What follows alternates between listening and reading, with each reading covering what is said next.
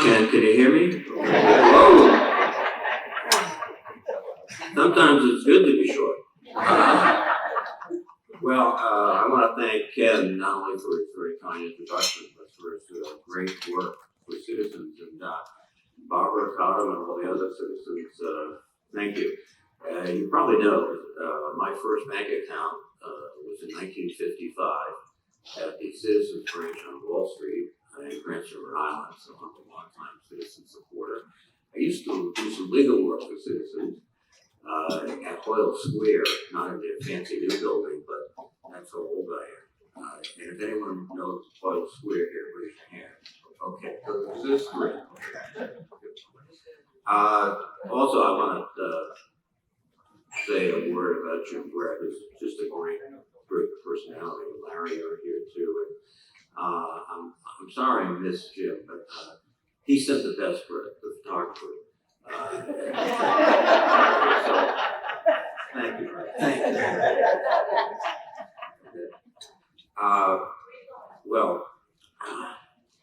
This is a very intriguing and challenging time in our history. Let me start off with some positive news.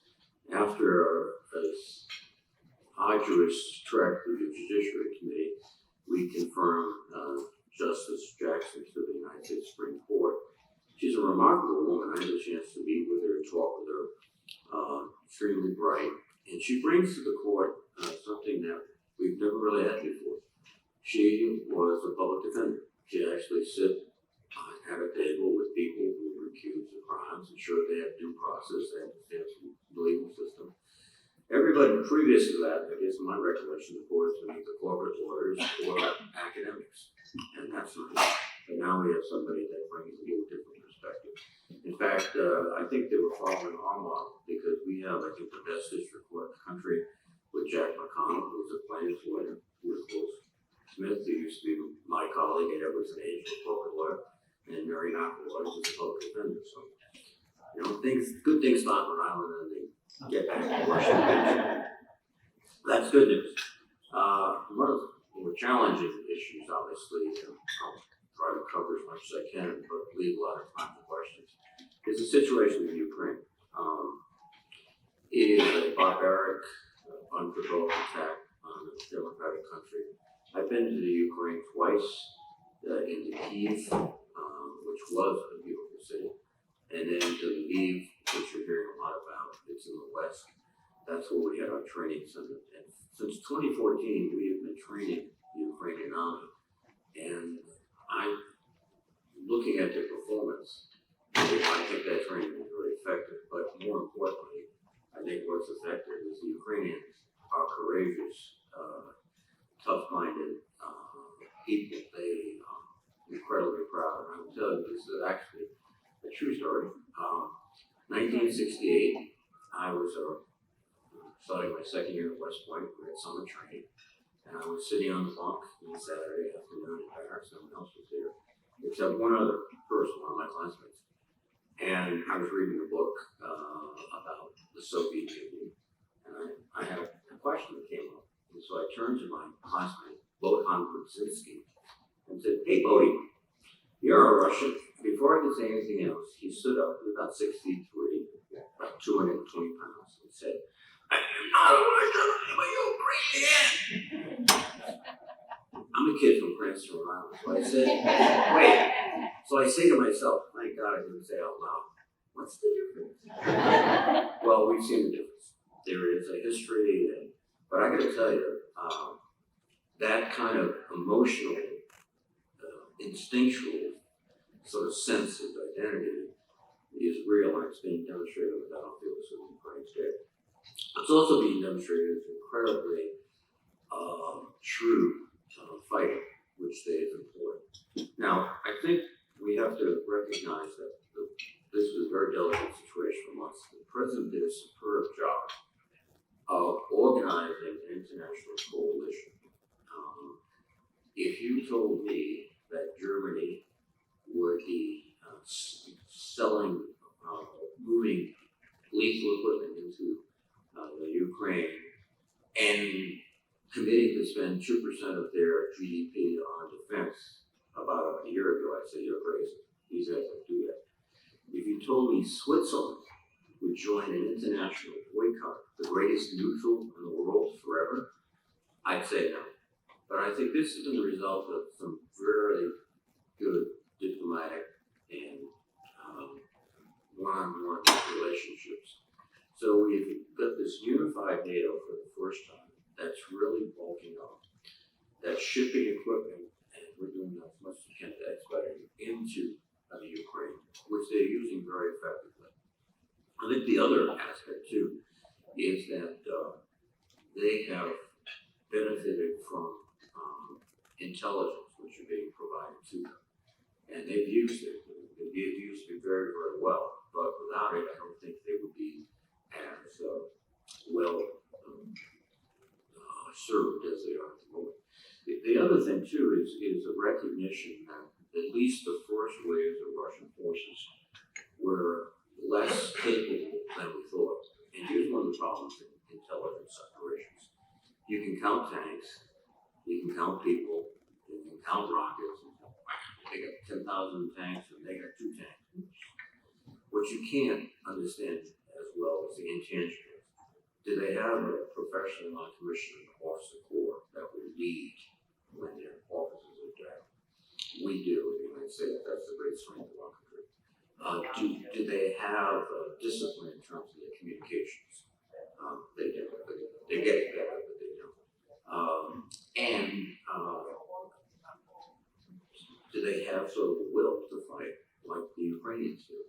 And we were getting reports initially of there were Russian troops that were being captured, and they thought they were on maneuvers in Belarus. They had no idea they were in Ukraine, they were attacking this country. And that's sort of the cultural aspect of the Russian services. They don't tend to push information down. And even from your businesses, you know, if you don't push the information down to the lowest level, guess what? Something bad is going to happen quickly. And they don't do that. In fact, I was talking with Mark Kelly, who's the Merchant Marine Academy graduate, but Mark's my colleague from Arizona, and he was on the space station with the Russians. And he got to know a little bit about them. And one of the things they do as officers, when something goes wrong, in our army, you stand up and say, yes, sir, I'm responsible, I understand, I'll fix it. In the Russian army, it's trying to find someone to blame.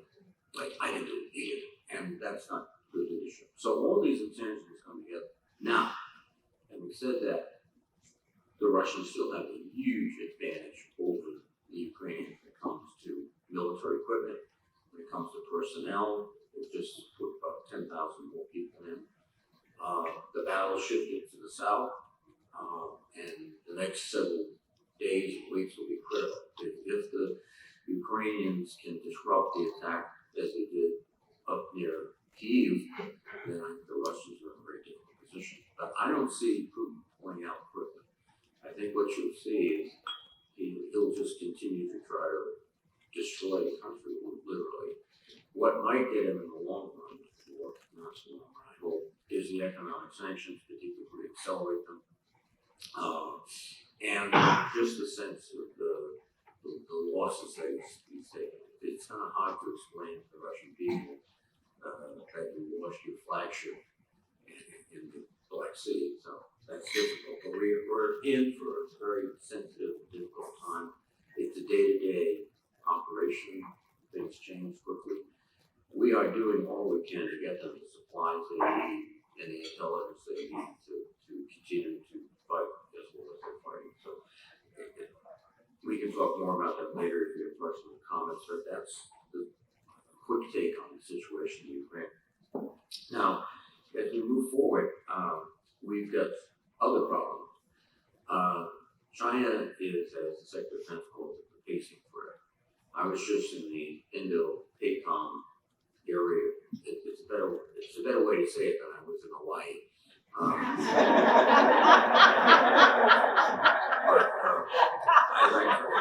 As I told Barbara, which is true, I was the only person to ever go to Hawaii and never went into the water once. We really did have a very rigorous schedule, but we got to see all of the services. We met the NOPACOM commander, Admiral Apollino. We talked to everyone from the Marines in the field to the 25th Infantry Division. Their commander is a Rhode Islander, Charlie Flynn from Middletown, and he's a very, very decent and decorated officer. So we got all around. The problem with China is that, unlike Russia, it's an economic force. In fact, it is an incredibly powerful economic force. Technologically, it's made significant strides in terms of its technology, both its commercial and its military technology. Diplomatically, it is insinuating itself all over the world. In South America, they are setting up not only legations and embassies, but they're also setting up observation points and things like that under the guise of science. And they are committed in the short run to take Taiwan, or the long run, depending on their sense of the tactical abilities. But they are also emerging as a significant nuclear threat.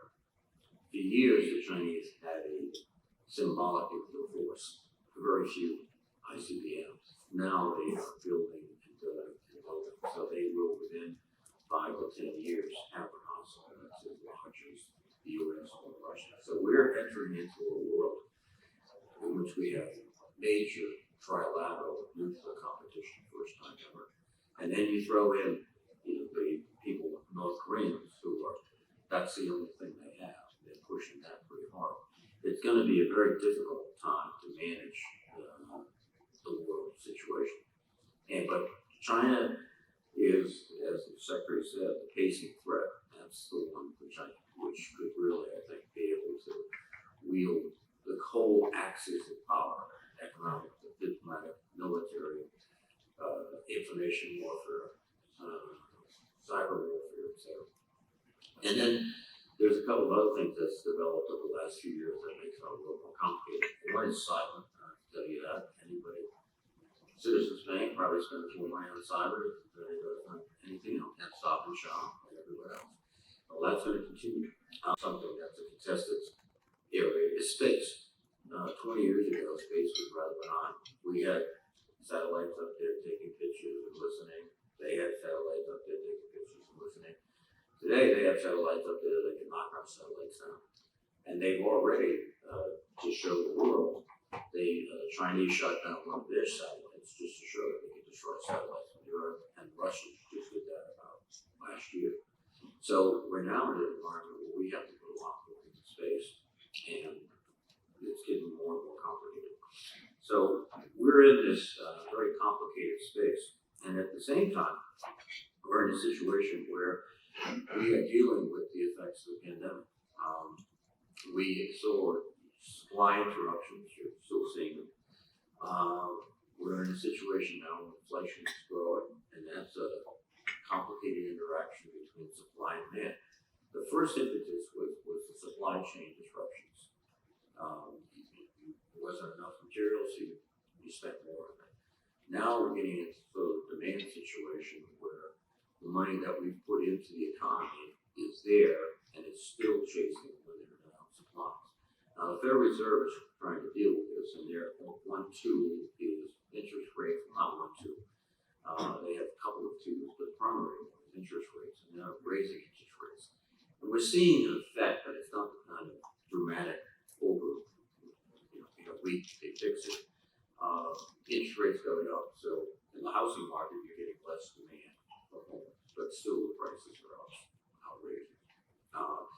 But you'll see more and more, I think, of the slackening in demand, but still the supply gulf is so significant. The other phenomenon, and these are very difficult to sort out, the other phenomenon is the workforce. We're at 3.6% unemployment. I mean, we did that, I think, in 81, but 3.6 unemployment is amazing. And yet you still can't find people to work. I was driving in today on 95, and there was a sign that said, if you have a CDL license, which does not require a PhD, you get $10,000 bonus and $85,000 to $95,000 a year salary. So, that's a good problem to have if you're a working person. But still, we have to get inflation under control, and that's going to take some doing. And there are other exogenous effects that the economy said. One is the war in the Ukraine. It's cutting off the largest wheat supply in the world, which means food prices go up. It's cutting oil because we're shunning their oil. It's cutting fertilizers because Belarus and Russia are the largest producers of fertilizers in the world. And that all has an effect right at home. And has a political effect too, obviously, because I've been through this. If twice a week you show up and you get angry as heck at the gas pump because of the price, you tend to take it out on the first person you see. And if you're going into the market and you're paying $5 for a loaf of bread, that's another problem. What we have to do to get this under control, we're trying to do that. It won't be quick, but I think we had a choice, boil it down to this, in the height of the COVID, to either abandon the economy and let it drift, which would have drifted, I think, into depression, or to be very aggressive. We were aggressive. I think we saved jobs, we saved companies, we saved the performing arts spaces. We basically kept the country going. And now, though, we've got to deal with the after effect, which is a significant amount of demand in the economy and not enough supply. The other point let me make is that we also discovered within the issue of the COVID epidemic that our supply chain globally was very fragile. We had built it strictly for efficiency, not for durability or resiliency. We displaced most of it overseas. And then we also concentrated a lot of our industry that was left here in the United States. So our industrial base is not as vigorous, as resilient as it should be. And we have to start fixing it. One of the pieces of legislation that's pending now and will pass, it's bipartisan, is the PEATS Act. Basically, we're investing in microchip production because we discovered, it's the most important part of any piece of equipment in the world today. 80% of microchips are produced in 3 places: South Korea, Taiwan, and China. The dangerous places, potentially dangerous places. So we're beginning to reshore that production. We're beginning to reshore other production and build a stronger supply chain. And that is also going to take a while going forward. So those are some of the interesting challenges that we all have to face collectively together. But I think, again, I feel confident that we will. It's contentious in Washington, I don't tell you that. But ultimately, I think we're headed in the right direction. We're not going fast enough, but we're headed in the right direction. So let me stop right there and take your question, Thomas. It's probably more instructive than my monologue. Who wants to monitor? Larry. Senator, thank you very much. I'm glad you mentioned that Jim Lee. I wouldn't want anybody up to you saying this is what happened to Jim Lee. So, Senator, I think this is the 31st consecutive year you've addressed the council, and that's really great news for us.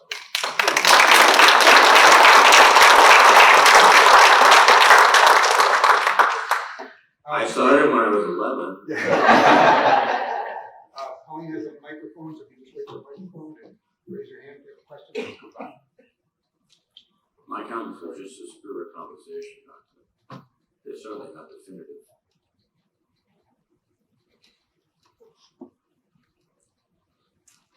Good morning, Senator. I have a question as it pertains to student loan debt. Obviously, there's been a freeze in student loans to August. Do you have a sense of what the Biden administration is going to work on with student loans, especially since Rhode Island ranks in the top 5 of averages and as it pertains to inflation and rising costs of either housing and obviously gas? I think a lot of our fellow citizens, especially younger Rhode Islanders, have been taking advantage of the freezing payments. Yeah. No, student loans, as you point out, is the one major burden that young people are carrying that deflects many times from being able to afford a home through down payment, etc. As you know, the forbearance will continue to August 22nd right now. That's an emergency order. No interest accrues and no payments are due. The president is searching right now to see if there's an executive way that he can extend that. It's a challenge because at some point I think the courts will rule that the COVID emergency is not so compelling that they have to do that.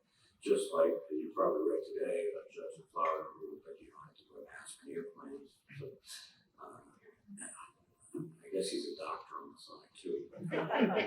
But in any case, I think the August 22nd deadline was to be eliminated. There's legislation, but one of the problems with legislation obviously is it costs money. And our Republican colleagues, I think, and some of our Democratic colleagues don't want to make that investment. There are things we can do, and I think what we should do, regardless of how we come out in terms of the suspension.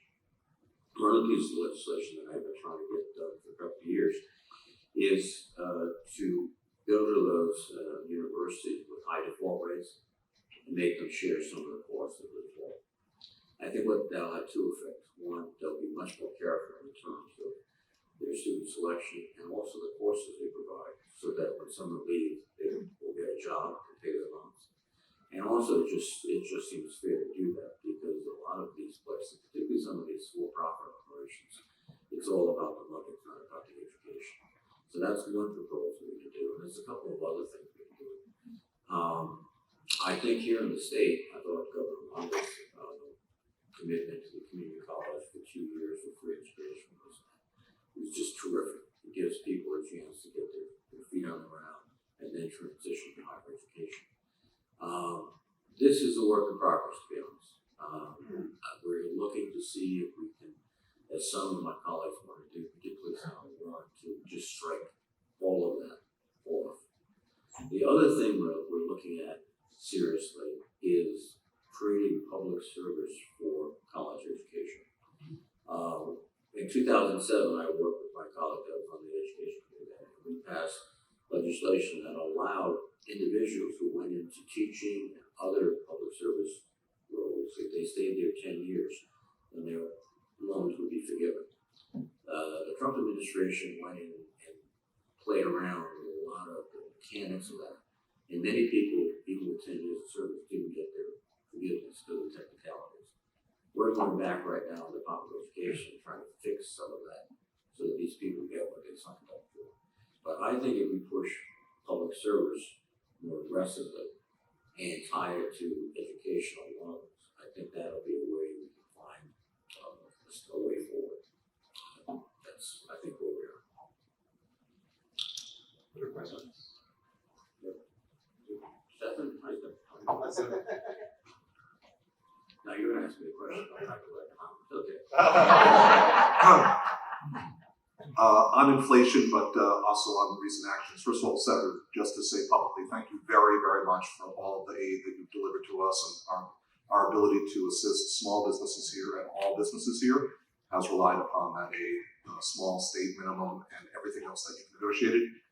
Truly incredible. On inflation, we're all concerned about it. We're concerned about it from the perspective of its effects on the economy. We're concerned about political stability with the gas prices that you referenced. I'm curious if you have any insight on the decision-making around the decision, I think on Friday, of the Biden administration regarding the leasing of federal land for oil and gas purposes, and has there been modeling that indicates there's a lot to that decision, but on the economic front, has there been any modeling that has been shared with you, Senator, on affecting gas prices, and are there any other measures in the works around inflation that you can share? Well, that was a surprise, I think, to lots of people. And so I don't have any particular insight into the decision-making process that went into it. I was, running around in Jones. One of the biggest things that was done, and many people urged to do this, and I was one of them, was to withdraw oil from the Strategic Petroleum Reserve. We're pulling out 1 million barrels a day. It has had an impact on price because it's immediate. It's right into the market. leases will not be materialized into real oil for many, many years to come. I think it sends a signal though to the industry that they have room to grow, they have ways to, they don't have to hoard all their reserves there since they'll have access down the road. So I think it'll have a mild effect in terms of more higher production levels from existing wells. But it probably won't be as dramatic as the release from the cheap oil preserve. The other factor that's, and this is both painful but good, is that it's driving a lot of people to, no pun intended, to think about electric cars, electric things, electric heating pumps. I think what you'll see is not immediately, because again, these supply disruptions, but once we get supply chain back to normal, I think there'll be a big push in terms of efficiency, solar panels, heating pumps in homes, trying to get off the grid. Electric cars, when they become available, I think they'll be scooped up. In fact, right now, I think everybody's looking to see if they can find one. And that'll help us in two ways. One, strategically, we can tell a lot of them to go take a hike. Two, the environment, which that's one of the other problems we have, is particularly here around. I have to tell you, rising oceans, and that's a problem. And we haven't dealt with it yet very successfully. So White House, as you know, is one of the leading figures in this, in both in substance as well as in terms of presence. And we're just sort of poking around. These problems are coming at us faster than we think. Every time we look at the dire prediction, 10 years ago it was 20 years from now. Now it's 5 years from now, it's shrinking. So I think it'll provide a little bit of help. Most important. Thank you, sir. Sure. The gentleman.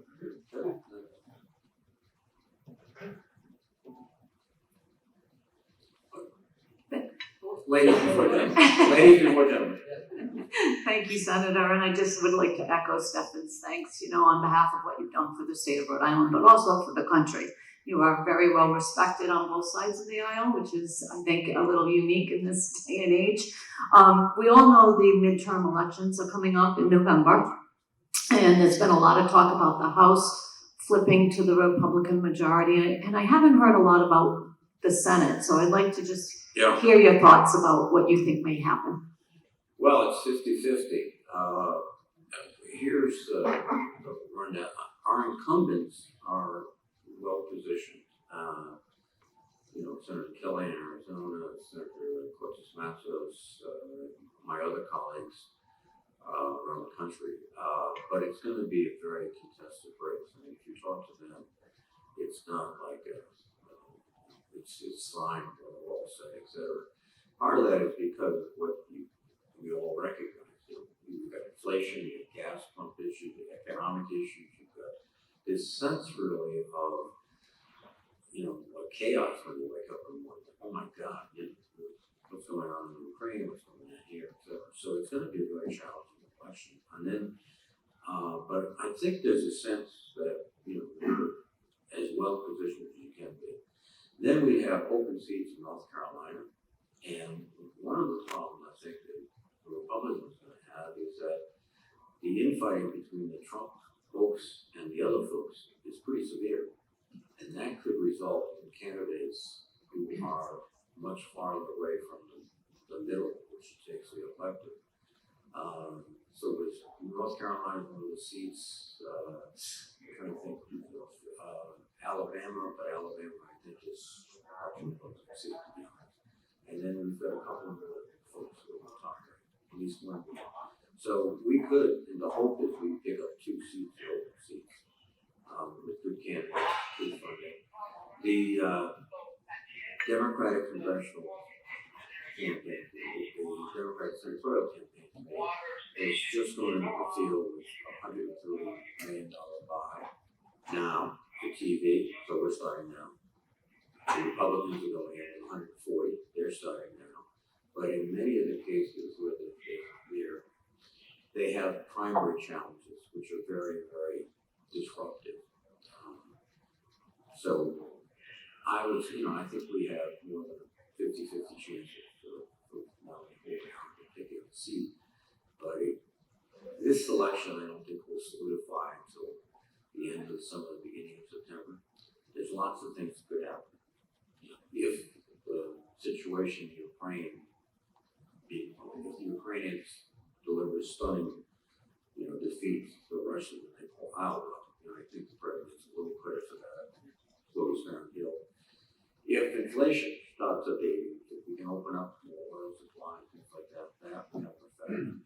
And there are other factors too that will come in. So I wouldn't say it's too early, but there's going to be some other significant events that take place. Senator, thanks so much, as always, for getting us the NDAA through this year and an appropriation to finally come through. We really appreciate that. Kind of got a two-part question for you here. With the compressed timeline now that you have for this year, how do you see that moving forward to get an NDAA and an appropriation? Is there any possibility for that to happen prior to the midterms? And then maybe more specifically in the NDAA and even an appropriation, we've seen over the last few years the growing relationship between universities, the private sector, and our national defense organizations in the innovation space, and programs growing like AFWorks and NavalX or TechBridge, Ensign and Defense Innovation Unit. We're working hard to try to bring those organizations here around. Do you see that trend continuing, and what can we do as academic institutions as we sit here listening to you this morning to help you bring those things here around? First, with respect to timing, I do think we'll get an NDAA bill done. Staff is writing it right now. They've begun to write it. It probably, as we usually do, it'll be June, July timeframe. I think the appropriations bill will be more complicated because I think that the election will be hanging over them. The NDAA is authorization, the appropriations is who gets the money, etc. I think there's an incentive on one side or the other to slow things down, and both sides sometimes. So we get an authorization. Science, technology, university is absolutely key. I mean, as I mentioned, China is facing threat. They have a very, very significant complex of experimentation and research based on their universities, their defense industries, and we have to have the same thing. Some of the areas we have to do a lot of work on are quantum computing, which can only be done effectively with not just the defense establishment, but with the universities. That's where the great minds are located. Whoever gets the quantum first in an effective way has a huge edge, because essentially you can break any type of encryption. And not only that, I've been told that there's a lot of speculation about what quantum can do. It might live up to all the expectations, but one thing that they indicated is that because it can do such incredibly quick calculations, it might be able to sense a submarine at depth. That's what we have. If they can, then one of our major advantages over the bad guys, or the other guys, the submarines is dissipated significantly. So we have to get on the quantum. AI and machine learning, we're using that right now, but we have to have these collaborations. And the military is trying to respond. And in fact, they're doing a good job. So the Army Futures Command down in Austin, Texas, it's not a surprise. It located itself in a college town with a lot of high tech. That was very deliberate because they understand what they're going to do. And we're looking at a significant, as you saw last year, the NDA line items for university research. It's going to be essential for us, for our deterrence of the thing. Yes, ma'am. Good morning, Senator. I'm going to stand because I'm short too, and I can't see you if I don't. Thank you so much, Senator, for your incredible support for allowing Medicare to negotiate the price of prescription drugs.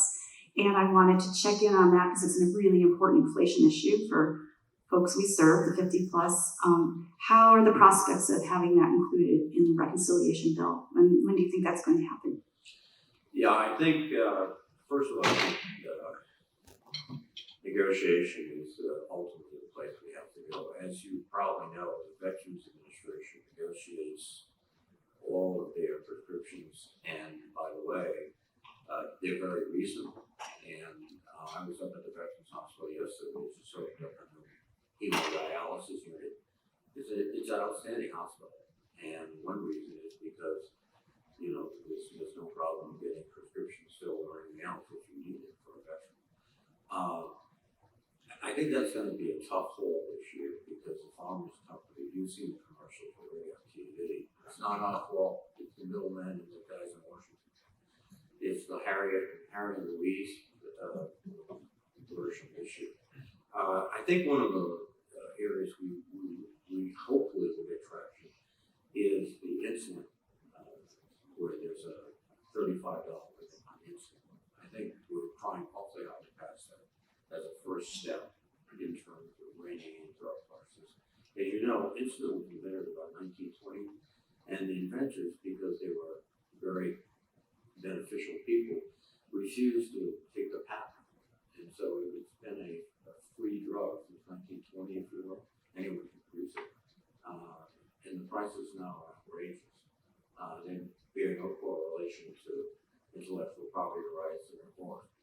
Boy, this is tough to make. That's pretty straightforward. So insulin, I think, is the one we've used. Then we'll try to make step-by-step progress towards the negotiation prices. But that's where we really have to end up. We'll take one more, promise to get you over. Okay, I'll take two more, Mr. Shepherd. Yeah, yes, please, ma'am. Thank you. Mine's more a comment than a question. With the mental health crisis that's currently occurring in our country between substance use and mental health issues, I just want you to think about the fact that a lot of the community behavioral health centers and there's a lot of safety net providers and the states pay them differently. So loan forgiveness would be very important for some of the people that are working in those areas as well. Thank you. No, I think that's an excellent point, and I think it ties into public service. That is certainly public service. And we can define a very large category of people who would qualify: mental health providers, daycare providers, et cetera, et cetera, et cetera. That's all public service in my view. And the issue of mental health, let me tell you, that is just everywhere. When I was in the Pacific last week, we were having a roundtable with some Rhode Islanders. Someone brought up, say, one of the biggest problems out here, mental health. You can't get an appointment. If you get an appointment, it's 3 months after you get another appointment. And then there's a series of stories. There was one in the Times a few days ago about an Air Force drone pilot. And literally, this gentleman was a model in the space. He looked like if you were casting a movie, he'd be the star of the movie. But, sitting there, he was out of Creech Air Force Base and to pull the trigger, and you can see what happens. And so it built up, and he took his own life. And then there's Alaska, leads the way in the military. They don't get the service they need. It's a pretty bleak place up there. So we have to do a lot in the military as well as in the civilian world. And the civilian world, we're seeing this opioid crisis. That's a mental health issue as much as anything else. So we have a lot of work to do. Yes, sir. And then there's research you want to say. She's a little question. My colleague, you can't say no to the president of the Senate. I never got to be president of the Senate. Senator, earlier you talked about reshoring, and I'm seeing from an manufacturing standpoint, we're seeing a lot of discussion throughout the country. Two-part question. First of all, are we offering any form of incentive to U.S.-based companies to bring their products back to the U.S.? And the second portion of that, is there any incentive to U.S.-based companies or manufacturers in particular to allow them to retool and get up to speed to support that product that we're bringing back? Well, the biggest incentive is directed at this chips industry, quote unquote, which combines a lot of different manufacturing processes. And there will be significant monetary incentives to do that, to construct facilities here. And also, on another aspect, with respect to Department of Defense, one of the things we've been doing with the defense industrial base, the submarine industrial base, is giving them money to improve their significantly. Their equipment, their cybersecurity, the training of their workers, all those things. So there's different efforts going on. And I think as we look deep, particularly into the defense industrial base, and we find more and more problems, I think there'll be more willingness to invest and give incentives. But right now, the big chunk of incentives is headed towards this, quote, the chips industry. Madam President. I have a good, strong voice.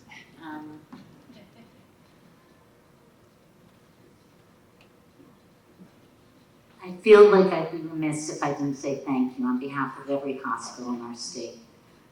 The last 2 years, your office, particularly Jill Boland, I'm going to give her a shout out, has been on the hotline for us. She has, our hospital doors would not have been able to remain open, not one of them, in this state, but for the help of you and the delegation. So I'd be remiss if I didn't take this opportunity to publicly say thank you. And as we come out of this, we continue to rely on your leadership. And I guess just a quick question, because I wanted to ask. I know there's legislation pending, leadership of the president, for $10 billion more for COVID relief that some people are tying to immigration issues rather than COVID issues. And my question would be, do you see that possibly coming forward? Because we are still in the public health emergency, and while we all have COVID fatigue, the challenges our hospitals and society are going to continue to face are real. But more importantly, just thank you, Senator. No, Teresa, thank you. What a pleasure it was working with you, and what great contribution you made to this state. We're going to take that up when we get back, and promptly when we get back. Here's the situation. The experts suggest there'll be another wave coming this fall. We're not prepared for it, honestly. What we need to have stockpiled is the test, the antibiotics, rather than the vaccine. I think we're at a point now where these antibiotics will work as well as the vaccines, and then so the retesting. The plan would be very simple, which would be if you feel like you have COVID, you go to CVS. I'll just pick a random drugstore that's headquartered in Rhode Island, and you go there. That's where I go. You go to CVS, you get the test, you get the antibiotic, and then 3 or 4 days later you come back, you take the test, and most people would be okay, you're fine. We have to put that in place now for the fall. So we're going to do this with some urgency. I think there's at least 50-50 chance. It's awful difficult there. We have to keep everybody on our side. That's a challenge sometimes, and then we have to get folks on the other side. But I do think there are some people who do recognize this is a public health emergency, and they don't want to play gotcha. So I'm slightly optimistic. So thank you. Thanks. Thank you.